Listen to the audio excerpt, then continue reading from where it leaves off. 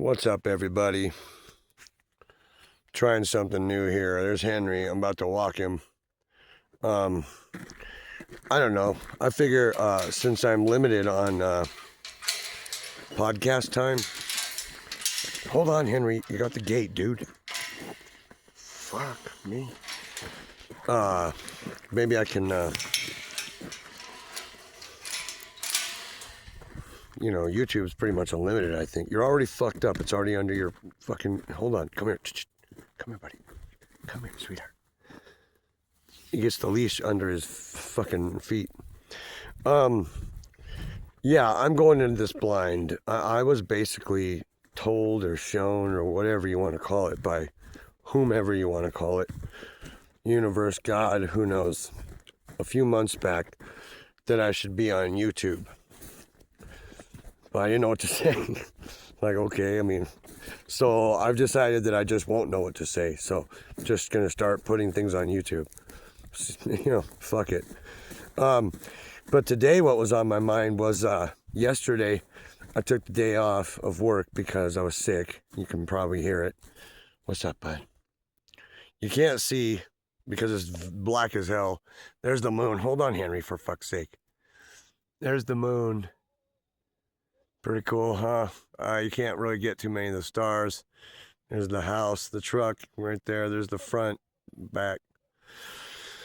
But anyway, I watched one of these cooking shows. Not a fucking, not one of the competition things. I don't care about those.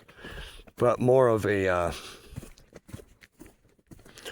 well, it was Gordon Ramsay. It's called Secret Service or something. It's the premise is totally stupid. But, I like what Gordon Ramsay, I like how he handles situations and people and stuff like that. But I'm starting not to even believe it's real. But assuming, just for the sake of assumption that it is real, the premise, because I'm sure most of you haven't seen this show, the premise is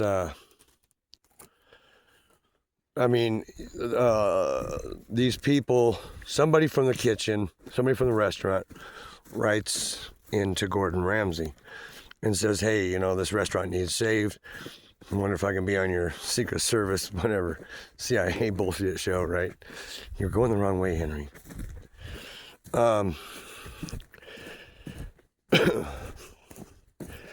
And so that's the mole. So nobody knows who they are or whatever. And so Gordon Ramsay shows up. The restaurant thinks they're on some, second rate, let's see how a restaurant works type show. So they kind of think they're big shit. So they're kind of showing off. And so they put the cameras in, and Gordon Ramsay watches for like a week or two before he even, at least a few days, right? Before he even says anything to these people. And then once he sees things that are just way outside the scope of what's acceptable. Come on, buddy, we're in the wrong place, honey. Let's go back this way. I know you want to go try something new, but hold on, let me switch hands. Come on, buddy. So then, Gordon Ramsay pops up at some opportune time after someone's just used a skillet on the floor or a spatula, or they fuck up real bad. Bad enough where Gordon's seen enough and he'll come shut the restaurant down and, nobody's eating. Sorry, your dinner's comped tonight, but stop eating, please. And these restaurants are in shit shape, right? The rats are everywhere and the mice and the mold on everything. But the the clown joker in charge always thinks that, everything's hunky-dory, right? Just in complete denial. So I was watching this show and, it's almost like if you have a favorite author. Ow. Fouch. Fucking cactus. Like if you have a favorite author or something and you read enough of that author, you might be able to, bust the formula in a sense. Like they are going to write all their stories a certain way, especially if they're prolific. Like, who's the chick that does M's for Murder and all that? I can't remember her name, but people like that and Patterson, these type of people, 17 novels a year, right? Okay, well, that's a lot of writing. But anyway, And the formula always seems to be the same on this show. And it doesn't matter if it's this show or another type, because he does it with other things. He has at least one more venture where he saves hotels, and that's fucking interesting. But it's always the same. He goes into the business venture, shuts the place down, or at least in the hotel side of things, he'll just start serving them up with what's wrong. Like, hey man, you are completely delusional. This shit is this is all wrong, right? And so then the business owner, hold on, I got a sticker good, Henry. Hold on, buddy, hold on. Son of a bitch, I found it. Henry, stop pulling. Henry, come here, real quick. I'm trying to get this fucking sticker out. Got some cool boots. They were cheap as fuck, but they're working like a gangbusters. Anyway, and so the proprietor, the business owner, whatever, head of the restaurant, head of the hotel, whatever, they always, oh, no, I don't care if you are rich and famous and Mr. Know-It-All, you don't know what the fuck you're talking about, all this big and bad shit. And then he basically just spends like a third of the show breaking them down, just like in every way, until they basically submit and see the error of their ways, which is it's their fault. It can be no one else's. I mean, it's stupid too. I mean, it's stuff you can't even really fathom happening in real life. Like one dude, he bought a hotel. And of course, none of these people who just what happens is they run into money. It's just new white money usually. New white money. I said it. So what they do is they're like, oh, we're going to get a business that pays for itself, and then fucking, we don't even have to do much, a turnkey thing, right? So they end up getting a fucking restaurant or a hotel not knowing anything about hospitality or service in any capacity, and then they just get buried. One guy, he got so behind on his fucking rent and shit, all the bills, all that shit, that mortgages and all that, he bought himself a 30-foot motorhome and moved in to it on the side of the restaurant. He ran everything, the whole fucking show from one shitty computer, like an 80s Apple or something, and that doubled as a bedroom. He just never left the restaurant. He rarely slept in the coach, It's like, what the fuck, dude? Man, just get your... So then, of course, Gordon starts digging, and, the GM's an ass clown, and he's flirting with the girls and drinking instead of doing his job. So there goes your bottom line, $750 worth of booze every fucking week or something. Oh, he's just having a good time. The guests love it, they say, right? This kind of thing is happening. Or you'll get, the guy who opened up a fucking, whatever, burger place or something, 30 years back on some remote beach no one's heard of. And he got to be a legend in the 70s, but then he just got fat and lazy and middle-aged and just decided, fuck it, I don't have the same passion anymore. And then the restaurant falls to shit. Or the hotel or whatever, right? So it's basically the same formula, but with me, with my mind, I notice patterns very well. And I noticed the pattern that it doesn't matter, male, female, almost none of them are willing to listen to this guy at first. And then at exactly the same point in every show, they come around and the moles found out, but instead of being angry, everybody's joyous because now they got a restaurant redo.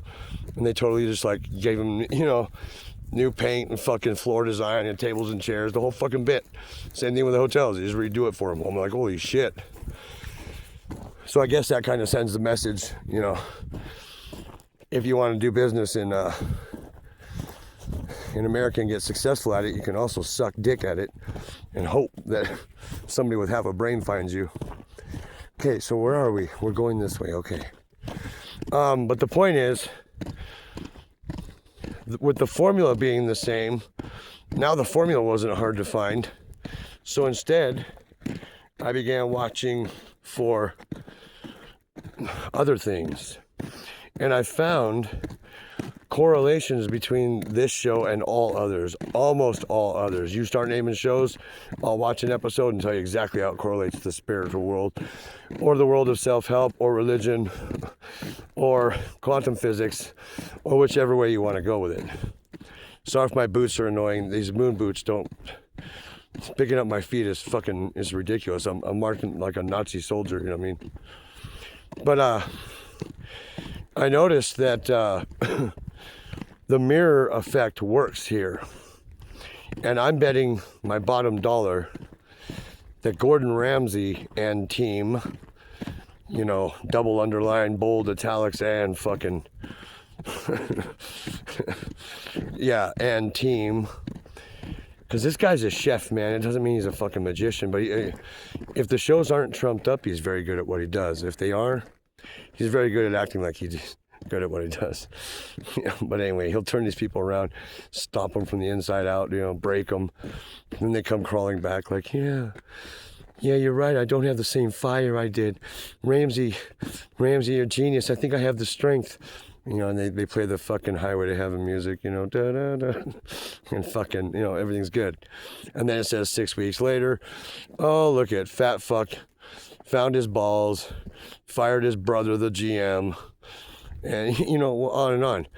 But here we have direct correlation to the mirror effect.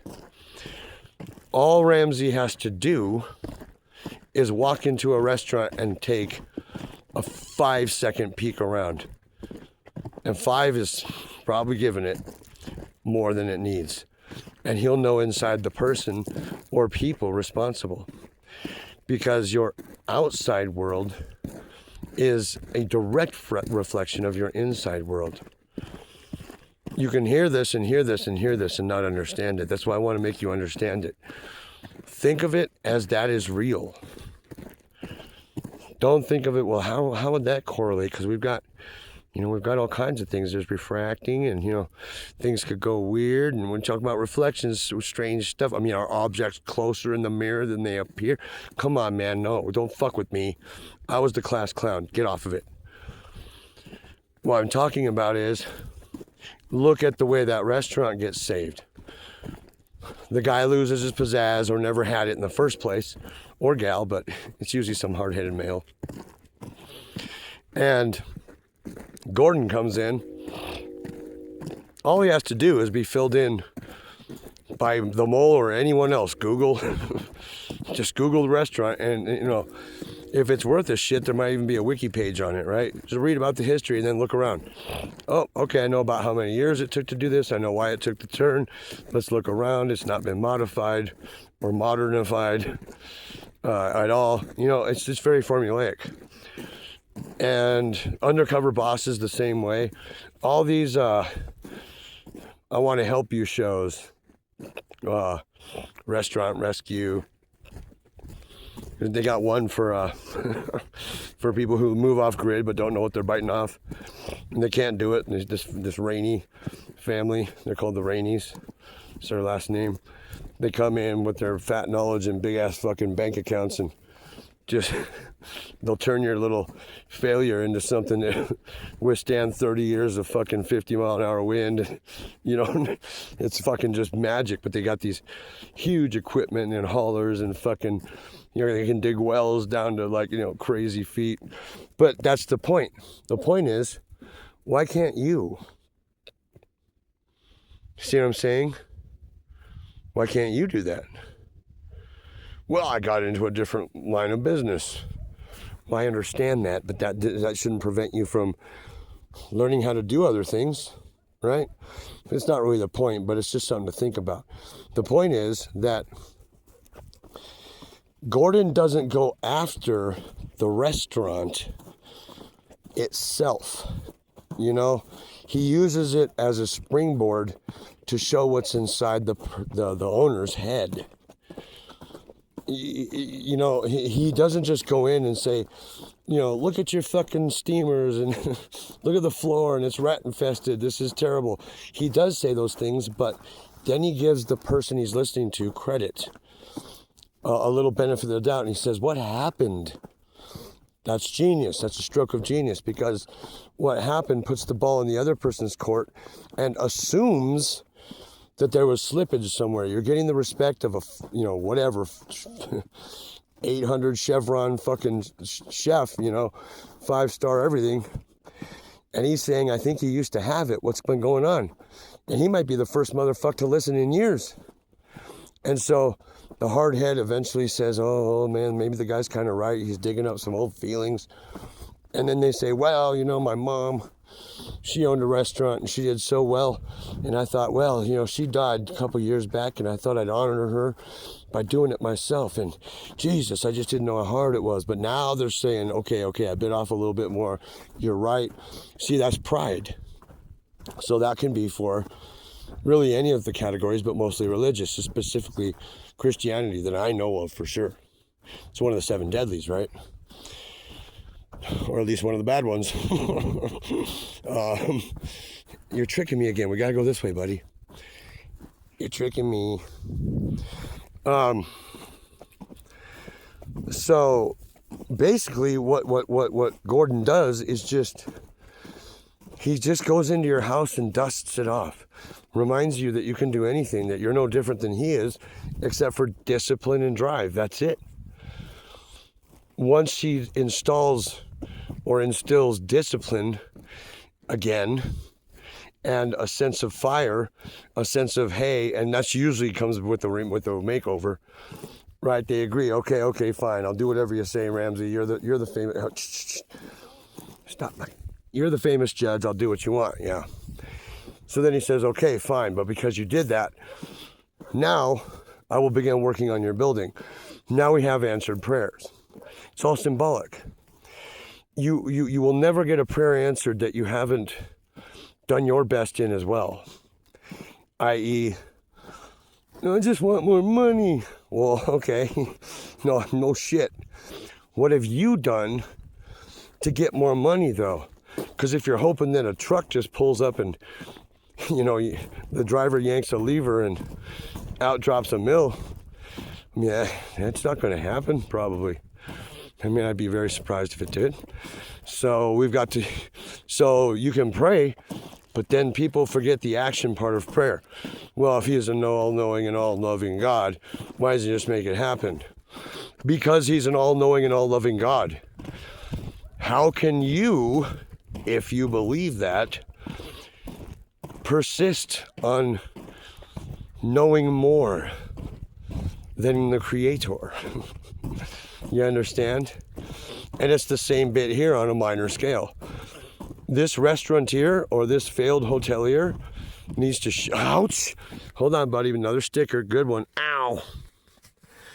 I'm surprised in these boots, but it's pretty rough out here, y'all. Oh, shit, man. I got quite a few of them in here. I can't find it, though.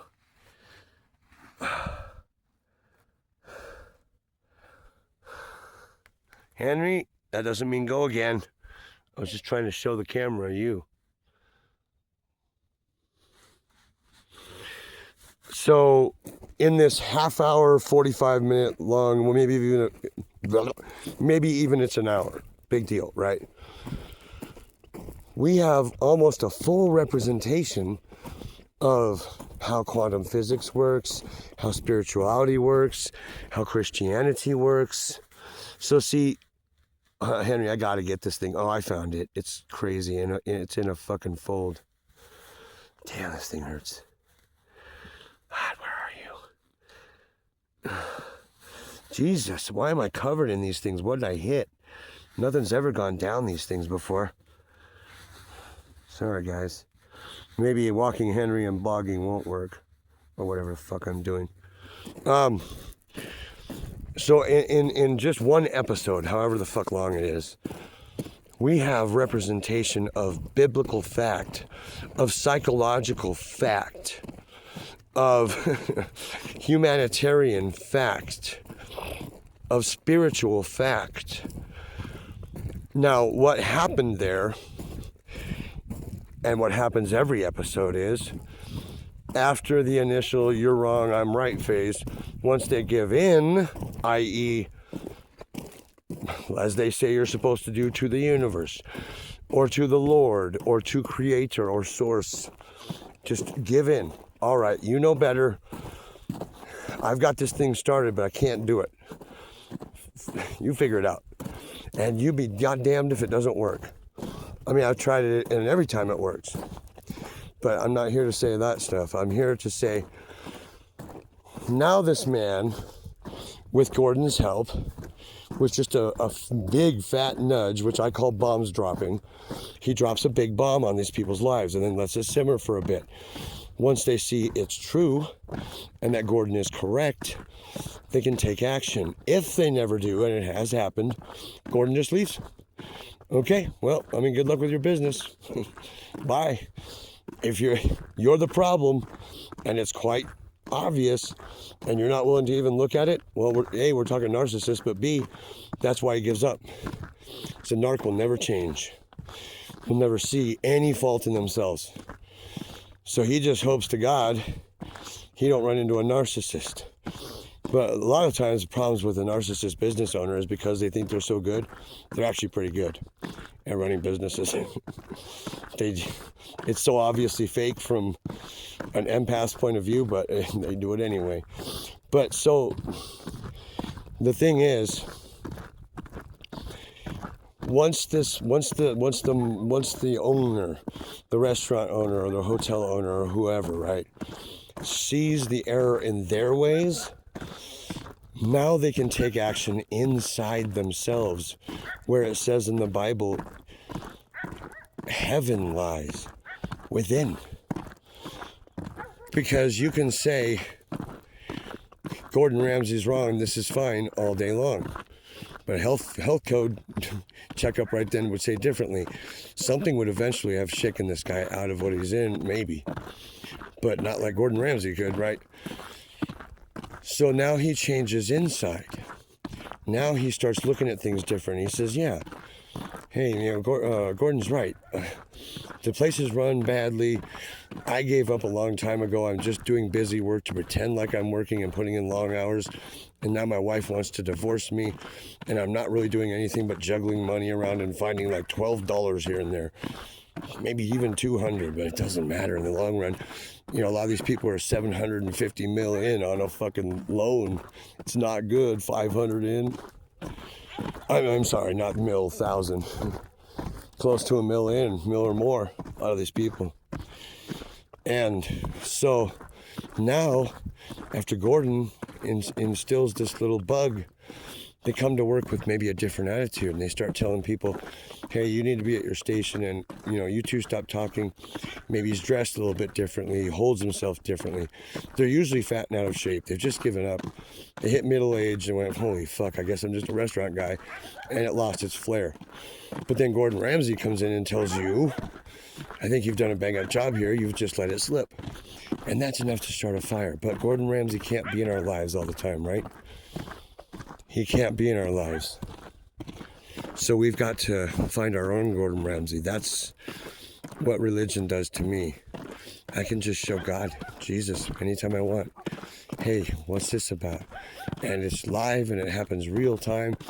And if it's all fake and it's in my head, don't care, because that means I'm giving the answers. And that's even fucking cooler, dude. So you can't beat this out of me. And you need to get into it as soon as you can. Start working on yourself. This is the mirror effect in about as obvious a scenario as you're going to get without doing hoarding or like, street person, something bad, real bad. But these people are about to be hoarders and on the street. You can't go past that line. Remember, no, buddy, don't go. It's not safe. You don't know what's out there, but Daddy does. Yeah. I've seen it.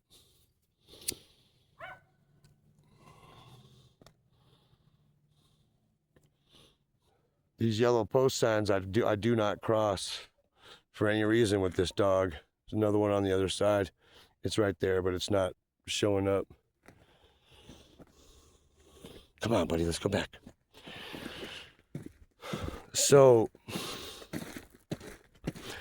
once this owner, this man, we'll say, begins to look at, and he says, hey, look at, I don't like how, Julianne and Lisa, whatever, talk all day. And I've just, over the years, I just kind of let it go. And now I just do all the work, and I can't do everything anymore. See, their hearts are usually in the right place, but through years of no help, they grew bitter and they grew sour. Ow! Holy shit, oh my God, that's in my toe. Oh, I've never gotten so many stickers out here.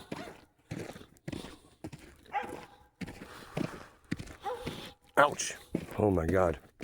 So my guy, when he changes the lens that he looks at himself through and what his power level is in the situation, what his real strength is, suddenly the fucking whole operation changes. And even if, come on dude, God, even if they get a good bit of help from Ramsey with a restaurant makeover redo thing, they still maintain that standard, because they usually visit the fucking places 6 months later, and it's like, well, it's thriving and everybody says they have Gordon to thank, and in a way they do, but really that's just divine timing, right? They have everybody to thank, everything, but most of all themselves for being open enough to take advice from what is clearly not an ass clown. So when the man started looking at it differently, the restaurant changed. Wouldn't you say that's accurate based on the story I just told? When the man started seeing his place in that fiasco differently, the entire restaurant changes. Simply a mindset change. It's simply knowing who you are, what you're there to do, and then staying with it, which is tough. I mean, everybody burns out on shit, right? You experience burnout, but damn it, you're Dave of Dave's Burger or Mike of Mike's fucking barbecue. You can't go anywhere. So then you just go to a job that you secretly hate every day. You start not to give a fuck if the tomatoes are fresh. You start ordering in canned this or that. Little frozen here and there never hurt. Before you know it, you're just like every other piece of shit restaurant within a 5-mile radius. You can't do it. Set yourself apart.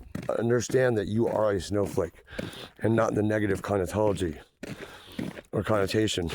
I'm not even sure if that shit's a word. If there's something you envision, remember, only you can do it, because it's not anybody else's vision. Vision is what we should be taught in schools, not necessarily good grammar and arithmetic and war history and who made the cotton gin.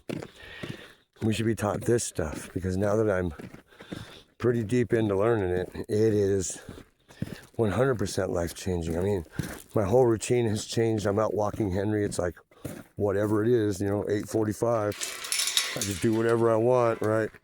Before, there was pretty much a strict, Anyway, I'm telling you, it works. Just understand. Good boy. You were such a good boy on our walk, honey. Oh my, look at that faces. Oh my, Henrietta. Oh my, look at him smiling at me. Oh, Henrietta. Such a good boy. So, if you've got a problem or a situation or a person you're tired of dealing with, or job situation, where'd that dog go? Why don't I see him? Oh, there you are. Remember, as best you can in every instance, it's never the situation, it's you. It's never the situation.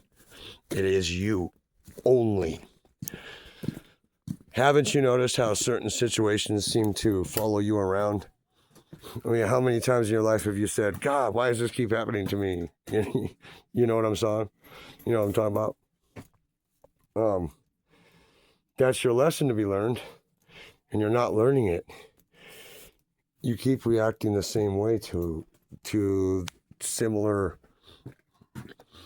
data, to similar information. And as long as you don't change that reaction, the outer world doesn't change. Change your reaction, change your relationship to the outer world, and understand it's only an inner world. And now you're going places.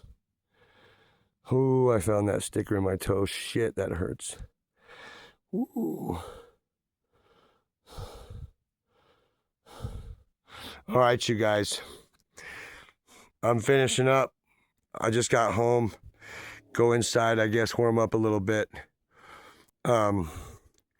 Change your inner world. Change the way you see it. Understand your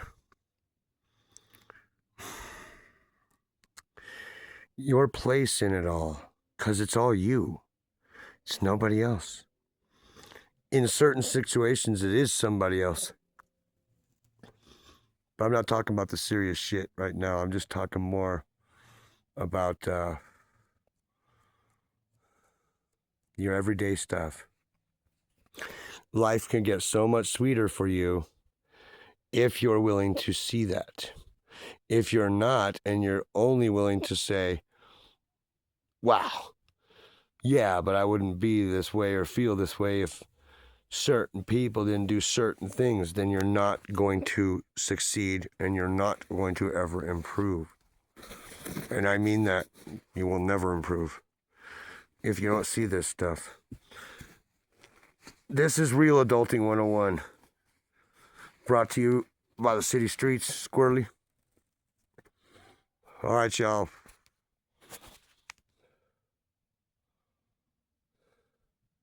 I was going to flip the screen, but I don't even know fucking how.